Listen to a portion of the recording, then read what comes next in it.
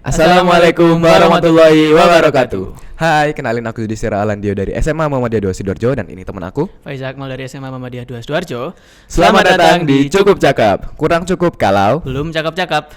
Oke, jadi Faza, barusan ini kan kita melaksanakan program pembelajaran daring matematika pula. Ya. Yang mana barusan aku juga menemukan sebuah kesulitan di mana aku kurang paham sama materi yang diajarin. Oh ya. Nah, apakah seorang Faza sudah paham atau gimana nih? Aku sebenarnya lumayan ya. Lumayan apa tuh? Lumayan nggak paham. Oke, sama aja lah gitu Sama ya. aja. Ya tadi juga ada kendala jaringan, aku juga putus-putus, jadi ya nggak masuk sih. Oke.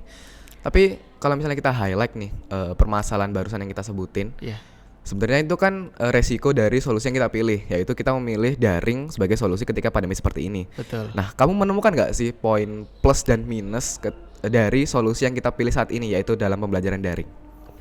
Plus minus dis ya. Sebenarnya banyak banget pastinya, karena ini juga sistem yang baru, sistem pembelajaran baru, dan sebelumnya kita belum pernah ada daring kayak gini kan. Iya benar. Dari SD sampai SMA kita udah terbiasa sama sistem konvensional yang kita datang ke sekolah, belajar ke guru langsung, ketemu guru dan teman-teman.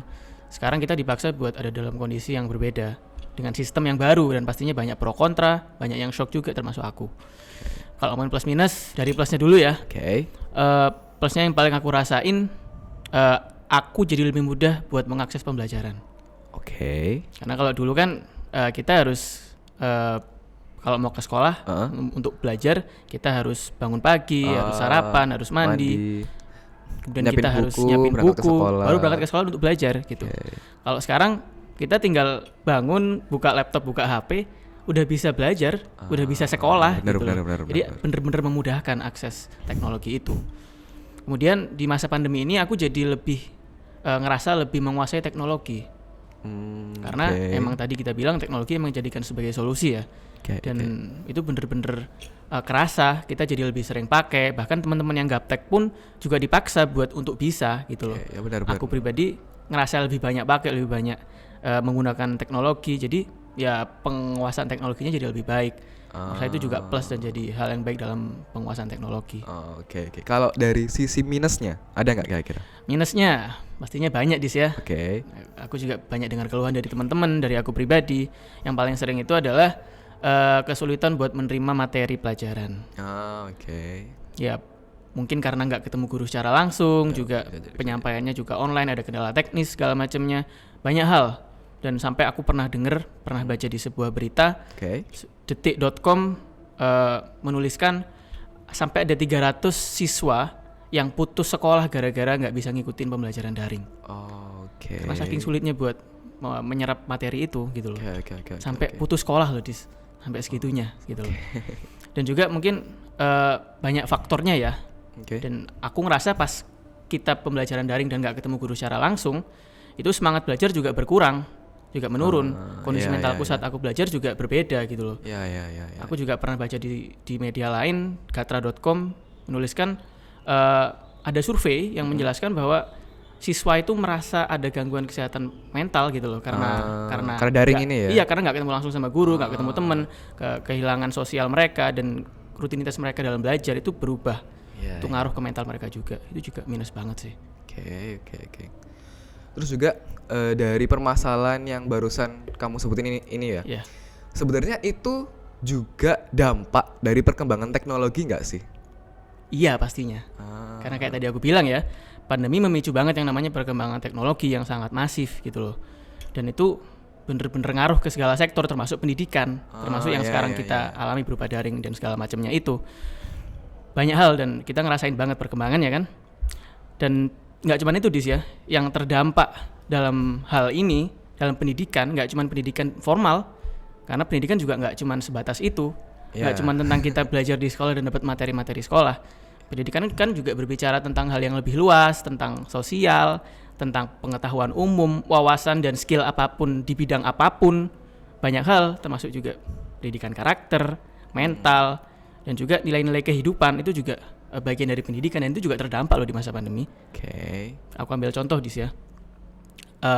Kalau aku lihat karena perkembangan teknologi dan informasi ini, anak-anak SD zaman sekarang dan anak-anak SD zaman dulu itu berbeda dari cara pikirnya dan gimana mereka berbicara. Oke. Karena mungkin anak-anak SD dulu ya yang mereka bicarakan ya apa yang mereka tahu, yang mana informasi yang mereka dapetin pasti hanya sebatas dari orang tua, dari teman, dari guru, sebatas itu aja.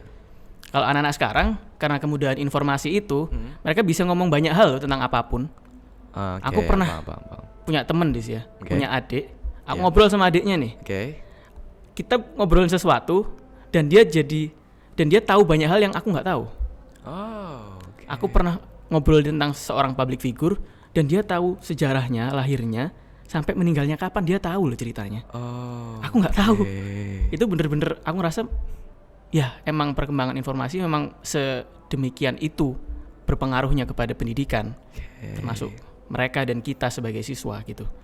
Aku di masa pandemi ini juga ngerasa banyak hal yang berkembang.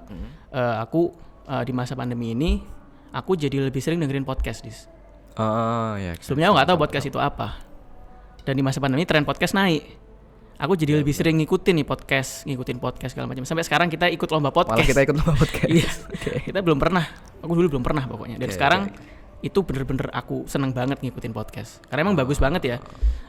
Dua orang yang berbicara tentang sesuatu, tentang suatu topik, tentang pembahasan sesuatu tentang nilai-nilai kehidupan. Yang secara nggak langsung mereka itu mendidik para penonton, termasuk aku. Dan aku ngerasa dapat banyak hal dari podcast-podcast itu.